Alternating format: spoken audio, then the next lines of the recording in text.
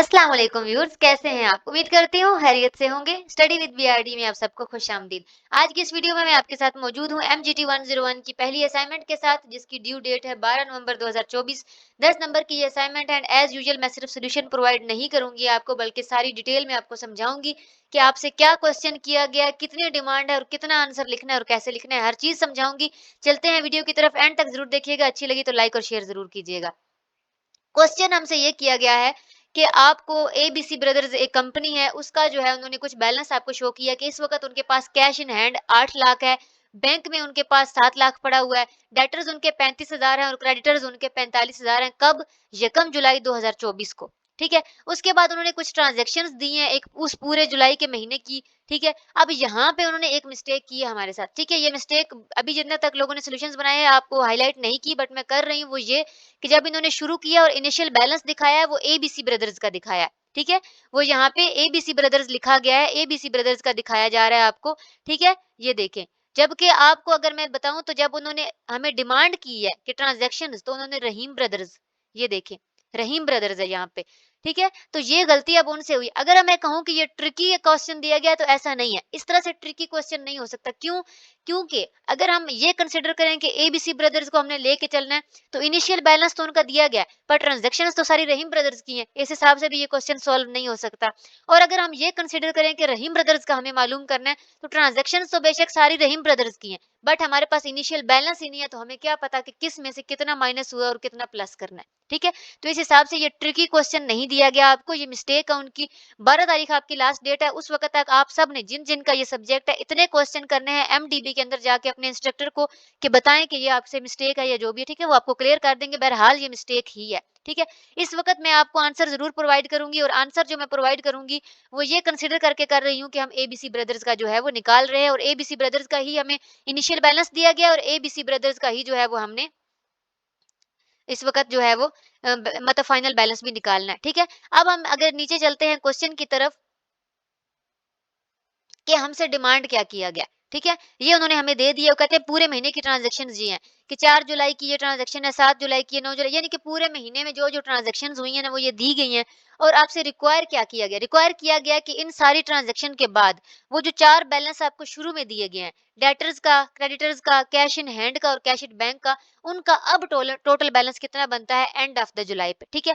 तो यहाँ पे अगेन मेरी वही स्टेटमेंट प्रूव हो रही है कि उन्होंने यही 4 चीजें, क्योंकि ये देखें, अब उन्होंने बताई ये एबीसी ब्रदर्स की थी और डिमांड वो रहीम ब्रदर्स की कर रहे हो, ऐसा तो हो नहीं सकता ना। ठीक है। तो ये उनसे मिस्टेक हुई हुई है, आपने रेक्टिफाई करवानी है अपने एमडीबी में मैसेजेस करके। ठीक है। तो यहाँ पे अब उनके कुछ रिस्ट्रिक्शंस भी हैं, हम पे हमने वो भी देखनी है। हमेशा इंस्ट्रक्शन जरूर देखा करें, तब जाके क्वेश्चन को सॉल्व किया करें। ठीक है। तो पहली इंस्ट्रक्शन उन्होंने एज यूजुअल जो हर बार होती है आपकी हर असाइनमेंट में होती है कि आपने एमएस वर्ड में ही अपनी फाइल बनानी है, उसके अलावा पीडीएफ में या किसी भी से आप जो है वो फाइल आपको शेयर करेंगे अगर आप उनके साथ, तो आपको 0 मार्क्स दिए जाएँगे। ठीक है। फिर वो कहते हैं कि अगर, क्योंकि 4 पार्ट आपको दिए गए ना, 4 आपने आंसर देने हैं, तो वो कहते हैं चारों में से किसी एक पार्ट में भी अगर आपने मिस्टेक की होगी तो उस पूरे पार्ट के आपको मार्क्स 0 मिलेंगे। यानी अगर हम चारों पार्ट्स को ढाई-ढाई नंबर का करें, तो फिर अगर एक पार्ट में आपकी गलती है तो उसके ढाई नंबर आपको नहीं मिलेंगे। ठीक है। इसलिए उन्होंने कहा है कि केयरफुली सॉल्व करना है असाइनमेंट को। फिर उसके बाद उनकी तीसरी जो इंस्ट्रक्शन है ना हमारे लिए, वो ये है कि आपको ये सारा सॉल्यूशन क्रिएट करते हुए कोई कंप्लीट अकाउंटिंग इक्वेशन बनाने की जरूरत नहीं है। ठीक है। हमें कोई अकाउंटिंग इक्वेशन नहीं बनानी है। वो कहते हैं you may simply calculate the amount of debtors, creditors, cash and bank on the given information. ठीक है। आप इस तरह कर सकते हैं। ठीक है। फिर उन्होंने कहा है कि अगर आप चाहें यू मे प्रिपेयर, ठीक है, अगर आप चाहें तो अलग अलग कॉलम बना सकते हैं कि एक डेटर्स का कॉलम बना लें, एक क्रेडिटर्स का बना लें, एक कैश का बना लें, एक बैंक का बना लें। ठीक है। ये उन्होंने कहा है कि आप दोनों के पास, आपके पास ये दोनों ऑप्शंस हैं, बट नेसेसरी क्या है आपके लिए? It is necessary to mention add और प्लस साइन एंड लेस और माइनस साइन। जब आपने वर्किंग शो करनी है, यानी जब आप प्लस माइनस कर रहे हो, तो वर्किंग के दरमियान उन्होंने कहा है कि वर्किंग में आपने जहां पे अमाउंट प्लस कर रहे हैं वहां पे प्लस लगाना है, जहां पे अमाउंट माइनस हो रही है वहां पे आपने माइनस का साइन जरूर लगाना है। डायरेक्टली आप आंसर लिख देना कि फाइनल बैलेंस ये है, तो आपको नंबर नहीं मिलेंगे। ठीक है। तो ये ऐड करते वक्त ऐड का निशान, प्लस माइनस करते हुए माइनस का निशान मस्ट लगाना है। उसके बाद उन्होंने कहा है कि इन दो ऑप्शंस के अलावा भी आपको एक ऑप्शन दिया गया कि अगर आप चाहें तो लेजर अकाउंट्स भी बना सकते हैं, यानी एक एक अलग अलग लेजर अकाउंट का मतलब वही है कि डेटर्स का लेजर अकाउंट बना लें, फिर क्रेडिटर्स का बना लें, फिर कैश इन हैंड का, फिर कैश एट बैंक बैलेंस का। ये वो कहते हैं कि आप पे डिपेंड करता है, उन्होंने आप पे कोई रिस्ट्रिक्शन नहीं लगाई, तीनों ऑप्शंस आपके पास मौजूद है। सिंपली कैलकुलेशन भी कर सकते हैं, कॉलम भी बना सकते हैं, लेजर भी बना सकते हैं। ठीक है, क्वेश्चन हमारे साथ मौजूद है। अब मैं जो आंसर प्रोवाइड कर रही हूँ आपको, आंसर तो जिस सिचुएशन में भी लिखें सेम ही होना है, ठीक है? लेकिन ये है कि फॉर्मेट आप अपने हिसाब से चेंज कर सकते हो, उससे क्या होगा कि आप सबके असाइनमेंट चेंज भी लगना शुरू हो जाएँगे, ठीक है? तो फॉर्मेट मैं ज़रूरी ये नहीं कहूँगी कि मेरे वाला ही फॉलो करें। यहाँ पे मैं आपको एक और चीज़ बताती चलूँ कि आपके पास जो है वो एक बहुत बड़ी अपॉर्च्युनिटी इस वक़्त मौजूद है कि मेरा व्हाट्सएप चैनल, जिसके ऊपर मैं कोई भी अगर यहाँ पे यूट्यूब पे वीडियोज़ अपलोड करती हूँ या कोई वीडियो की कोई अनाउंसमेंट आती है या कोई भी ऐसी इंपॉर्टेंट इन्फॉर्मेशन होती है, इंपॉर्टेंट डाटा होता है, वहाँ पे हर चीज़ शेयर होती है और उसको फॉलो करके आप अपनी प्राइवेसी को सैक्रिफाइस किए बगैर जो है वो वीयू से टोटली अपडेट रह सकते हो, क्योंकि वहाँ पे आपका नंबर शेयर नहीं होता, कोई आपके जो है वो प्राइवेट मैसेज नहीं कर सकता। तो आपने मेरे उस चैनल को ज़रूर फॉलो करना है ताकि आपको अपडेट्स मिलती रहें। अब हम असाइनमेंट की तरफ चलते हैं, एक-एक ट्रांज़ैक्शन को मैं यहाँ से देखती जाऊँगी, वहाँ पे हम सॉल्व करते जाएँगे, ठीक है? हमारे पास इनिशियल बैलेंस सबसे पहले मैं आपको दिखा देती हूँ, मैंने यहाँ पे ये देखिए इनिशियल बैलेंस जो उन्होंने कहा था ना, वो मैंने यहाँ पे लिख लिया है। कि 1 जुलाई को हमारे पास इनिशियल बैलेंस कैश का कितना है 8 लाख है, बैंक का कितना है 7 लाख है, डेटर्स हैं 35,000 और क्रेडिटर्स हैं 45,000। ठीक है? अब पहली ट्रांज़ैक्शन जो कि यहाँ दी गई, वैसे मैंने ये ट्रांज़ैक्शंस भी एज़ इट इज़ वहाँ लिख ली हैं, लेकिन फिर भी मैं यहाँ से आपको क्वेश्चन फाइल से दिखा रही हूँ ताकि कहीं आपको ये ना लगे कि मिस्टेक हो रही है। और दूसरी चीज़ कि जब भी ट्रांज़ैक्शंस में से आंसर निकालना है, आप ये ज़रूर देखें कि 2 अकाउंट इफ़ेक्ट होते हैं हर ट्रांज़ैक्शन में कम अज़ कम, 2 से ज़्यादा भी होते हैं पर कम अज़ कम 2 ज़रूर होते हैं। तो वो कौन से 2 हो रहे हैं ताकि आपसे कोई गलती ना हो।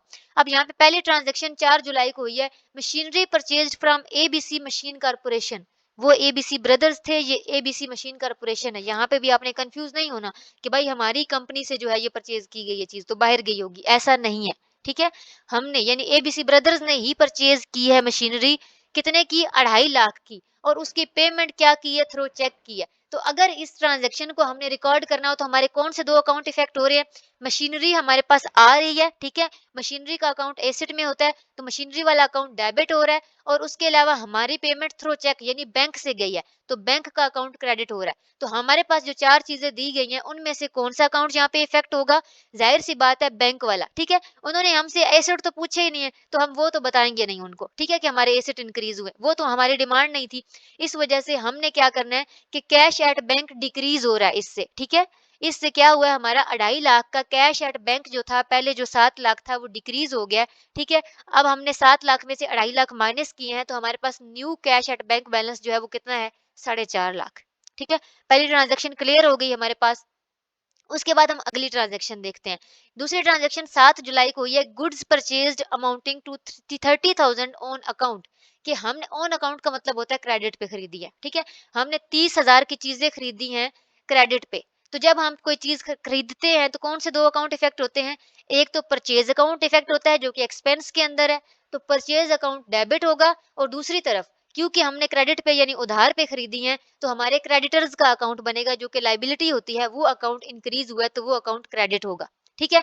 तो अब हमारे पास रिक्वायरमेंट में कौन कौन से हैं, हमने क्या बताना है? उन्होंने हमसे एक्सपेंस तो कैलकुलेट करने का बोला नहीं है, तो हम एक्सपेंस तो यहाँ पे शो नहीं करेंगे कि हमारा इंक्रीज हुआ है। हमने क्या शो करना है? अपने क्रेडिटर्स उन्होंने हमसे डिमांड की है जो कि लायबिलिटी है, ठीक है? तो पहले थे 45,000, तो इस ट्रांजेक्शन के बाद क्या हुआ है कि क्रेडिटर्स इंक्रीज हुए हैं, कितने से? 30,000 से, ठीक है? तो 45 पहले था, 30,000 उसमें ऐड किया, तो अब हमारा न्यू क्रेडिटर बैलेंस कितना हो गया है? 75,000 रुपए, ठीक है? अगली ट्रांजैक्शन की तरफ चलते हैं। अगर आप इस तरह दोनों अकाउंट्स को देख के चलोगे ना, आपसे मिस्टेक नहीं होगी, ठीक है?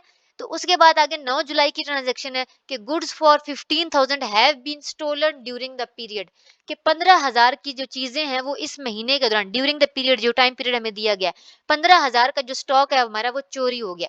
अब अगर हमारी कोई चीज चोरी हो जाती है तो हमारे कौन से 2 अकाउंट इफेक्ट होते हैं? एक तो हमारा अकाउंट इफेक्ट होता है कि गुड्स जो हमने परचेज की होती हैं, तो वो परचेज वाला अकाउंट जो है ना, वो हमारा डिक्रीज हो जाता है, ठीक है? वो अकाउंट डिक्रीज होता है यानी कि वो हमारा अकाउंट जो है वो क्रेडिट हो जाएगा, और दूसरा हमारे पास एक अकाउंट बनेगा गुड्स स्टोलन का, वो भी एक्सपेंस के अंदर बनेगा, और वो अकाउंट हो जाएगा डेबिट। अब ये जो एक हमारा स्टोलन का बना है और दूसरा हमारा जो है वो परचेजेस का बना है, ठीक है, जो कि माइनस हुआ है, क्या इन दोनों अकाउंट्स का हिसाब हमसे मांगा गया? नहीं मांगा गया। क्यों? हमसे कैश एट बैंक मांगा गया है, ठीक है? कैश एट हैंड मांगा गया है, डेटर्स और क्रेडिटर्स मांगा गया। यानी कि इस 9 जुलाई की ट्रांजैक्शन का किसी भी तरह पे इन 4 चीजों पे इफेक्ट नहीं हो रहा है। ना तो हमारे कैश पे कोई असर पड़ा है, ना तो बैंक पे कोई असर पड़ा है, ना इसकी वजह से हमारे क्रेडिटर्स इजाफा हुआ है, ना डेटर्स में कमी आई है। कुछ भी नहीं हुआ है इसकी वजह से। ये ट्रांज़ैक्शन आपको सिर्फ़ जो है वो मिसलीड करने के लिए दी गई थी। इसका कभी भी इफ़ेक्ट नहीं हो सकता आपके इन चारों बैलेंसेस के ऊपर, ठीक है? तो इसको हम यहाँ पे स्किप करेंगे। अगली ट्रांज़ैक्शन की तरफ चलते हैं। 15 जुलाई को हमने 10,000 पे कर दिया है अपने क्रेडिटर्स को। तो जब हम पेमेंट करते हैं अपने क्रेडिटर्स को, तो हमारे कौन से 2 अकाउंट इफ़ेक्ट होते हैं? हमने पेमेंट की है, ज़ाहिर-सी बात है पैसों की, तो कैश जा रहा है। तो एक तो हमारे 10,000 कैश कम होगा, यानी कि कैश का अकाउंट क्रेडिट होगा, कैश डिक्रीज़ होगा, और उसके साथ-साथ हमारे क्रेडिटर्स वो भी डिक्रीज़ होंगे कि पहले एक बंदे के हमने पैसे देने थे, आज 10,000 दे दिए, तो वो भी हमारी क्रेडिटर्स की लिस्ट से निकल गया। तो इसमें जो दोनों अकाउंट इफ़ेक्ट हो रहे हैं, वो दोनों ही हमारी डिमांड में मौजूद है, ठीक है? तो इसकी हमने यहाँ पे कैलकुलेशन की है 15 तारीख वाली, कि ये देखें कि पहले कैश इन हैंड डिक्रीज़ हुआ है 10,000 से, तो पहले कितना था 8 लाख, 10,000 माइनस किए तो 7,90,000 बच गया। दूसरा हमारे क्रेडिटर्स भी डिक्रीज़ हुए हैं 10,000 से, 75,000 पहले थे क्रेडिटर्स हमारे, ठीक है? यहाँ पे इंक्रीज़ हुए थे ना, 45 में से 30 प्लस हुए थे तो 75 हो गए थे। अब उस 75 में से 10 माइनस हो गए 10,000। अब हमारे क्रेडिटर्स का नया बैलेंस है 65,000, ठीक है? इस तरह से मैंने कहा दोनों अकाउंट्स देखोगे तो कभी मिस्टेक नहीं होगी आपसे, ठीक है? उसके बाद हम अगली ट्रांजैक्शन की तरफ चलते हैं। 24 जुलाई को क्या हुआ है कि sold goods to a customer for 20,000 on credit basis, कि 20,000 की चीजें हमने बेची हैं उधार पे, क्रेडिट पे बेची हैं। तो जब हमारी क्रेडिट पे सेल होती है तो कौन से 2 अकाउंट इफेक्ट होते हैं? एक तो हमारा सेल होती है ना, ठीक है? सेल्स का अकाउंट इफेक्ट हो रहा है। सेल्स का जो कि इनकम में आता है, ठीक है? सेल्स का अकाउंट इफेक्ट हो रहा है, वो अकाउंट होता है क्रेडिट। दूसरा हमारा क्या है? डेटर्स इंक्रीज हुए हैं। क्यों? क्योंकि क्रेडिट पे चीजें उधार पे बेची हैं, तो उस बंदे ने हमें फ्यूचर में पैसे देने हैं, तो डेटर्स इंक्रीज हुए 20,000 से। अब इनकम का तो उन्होंने हमसे हिसाब मांगा ही नहीं है कि इनकम इंक्रीज हो तो वो लिखनी है, उन्होंने हमसे मांगा है डेटर का। तो यानी इस ट्रांजेक्शन में हमारे डेटर्स इंक्रीज हुए हैं और वो हमने यहाँ पे लिखने हैं, ठीक है? तो ये 24 जुलाई की ट्रांजेक्शन हमारे सामने मौजूद है, जिसकी वजह से हमारे डेटर्स इंक्रीज हुए 20,000 के। तो पहले डेटर्स का बैलेंस कितना था? 35,000। 20,000 इसमें इंक्रीज हो गया, तो टोटल मिला के नया बैलेंस कितना हो गया? 55,000। अगली ट्रांजैक्शन की तरफ चलते हैं 28 जुलाई की। 28 जुलाई को कैश कलेक्ट किया है हमने अपने कस्टमर से, यानी वही जिससे हमने डेटर, जो हमारा डेटर था, जिसे हमने उधार पे चीजें दी थी, 20,000 लेने थे, उसी का समझ लें कि उन्हीं में से एक बंदे ने हमें जो है वो 5,000 दे दिए। तो जब हम कैश कलेक्ट करते हैं अपने डेटर से, तो उससे कौन से 2 अकाउंट इफेक्ट होते हैं? पहला तो हमारा कैश अकाउंट में पैसे आए हैं, तो कैश इंक्रीज हो गया। दूसरा कि जिस बंदे ने हमें पैसे देने थे, आज उसने हमें दे दिए, तो वो हमारे डेटर की लिस्ट से निकल गया, यानी कि डेटर डिक्रीज हो रहा है और कैश इंक्रीज हो रहा है, और इन दोनों का ही हिसाब हमसे मांगा गया, ठीक है? तो हमने ये दोनों एंट्रीज यहाँ पे करनी है कि कैश इन हैंड हमारा इंक्रीज हुआ है 5,000 से, ठीक है? 5,000 यहाँ पे आ गया। तो कैश पहले कितना था? 7,90,000 था, 5 इसमें इंक्रीज हुआ तो 795 हो गया, और डेटर्स डिक्रीज हो गए हैं इस अमाउंट के बाद, ठीक है? तो 55 पहले थे, 5 निकाला तो पीछे 50,000 डेटर बैलेंस बच गया, ठीक है? अब हमारे पास है आखिरी ट्रांजैक्शन 29 जुलाई की। वो कहते हैं a cheque of 1,50,000 received against the sale of spoiled part of machinery, ठीक है? कि हमारे पास मशीनरी एक खराब सी पड़ी थी, हमने उसको जो है वो बेचा है, तो उसके बदले हमें 1.5 लाख का चेक रिसीव हुआ है, ठीक है? चेक के अमाउंट में जो पैसे आते हैं, मतलब वो आपके बैंक में जाने होते हैं, ठीक है? तो इसका मतलब है कि इस ट्रांजैक्शन के दरमियान हमारे पास कौन से 2 अकाउंट इफेक्ट हुए हैं? एक तो ये है कि हमारे बैंक में पैसे आए हैं, कितने? 1.5 लाख रुपया। दूसरा क्या है? हमारी मशीनरी गई है, जो कि एसेट में सी थी, तो एसेट डिक्रीज़ हुआ है। एसेट का तो हिसाब उन्होंने हमसे माँगा नहीं है, उन्होंने माँगा है हमसे बैंक का। तो इस वजह से इस आखिरी ट्रांजैक्शन में हमारे बैंक अकाउंट में 1.5 लाख रुपया आया है। तो पहले बैंक अकाउंट में कितना था? 4.5 लाख, ठीक है? और अब हमारा 1.5 लाख इसमें मज़ीद आया, तो ये बन गया 6 लाख। ठीक है? यहाँ पे तो मैंने एक-एक ट्रांज़ैक्शन को आपके सामने सॉल्व किया है, एक-एक को मैंने आपके सामने पूरी तफ़सील से बयान करके उसका बैलेंस निकाला है। अब हमने यहाँ पे फाइनल बैलेंस जो कि उन्होंने हमसे माँगा है वो लिखना है, ठीक है? फाइनल बैलेंस 31 जुलाई को कितना है? तो अब मैंने यहाँ पे लिख दी डेटर्स जो हमें शुरू में कितने दिए गए थे? 35,000, फिर उसमें 20,000 जमा हुआ, फिर उसमें बाद में 5,000 माइनस हुआ, तो अब फाइनल बैलेंस कितना है? 50,000 है डेटर्स का। क्रेडिटर्स शुरू में कितने दिए गए थे? 45,000, फिर उसमें 30,000 जमा हुए, फिर उसमें से 10 माइनस हुए, आखिर में कितना बचा है अभी? 65,000। कैश इन हैंड शुरू में 8 लाख दिया गया था, फिर उसमें से 10,000 माइनस हुआ, फिर उसमें 5,000 ऐड हुआ है। किस तरह हुआ है वो ऊपर मैं बयान कर चुकी हूँ, ठीक है? अब हमारे पास एग्जैक्ट फाइनल बैलेंस कितना है? 7,95,000। और कैश एट बैंक शुरू में हमें दिया गया था 7 लाख, फिर उसमें से 2.5 लाख माइनस हुआ, फिर उसमें 1.5 लाख ऐड हुआ, और इस वक्त फाइनल बैलेंस है 6 लाख। अब यहाँ पे मैंने जो है वो सिंपली लिखा है, जो कि उन्होंने हमें 3 ऑप्शंस दिए थे, उनमें से एक ऑप्शन ये था कि सिंपली कैलकुलेट करके आप लिख सकते हो।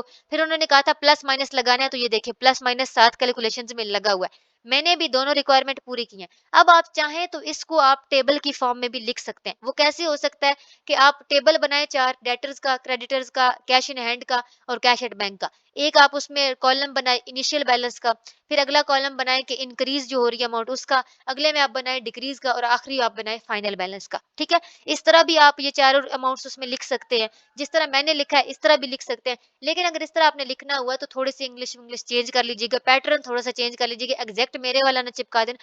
कैलकुलेशन यही लिखनी है आपने, अमाउंट आप नहीं चेंज कर सकते। सिर्फ़ लिखने का तरीका आप लोग चेंज कर सकते हो। जिसको लेजर बनाना अच्छा लगता है, वो लेजर्स भी बना सकता है।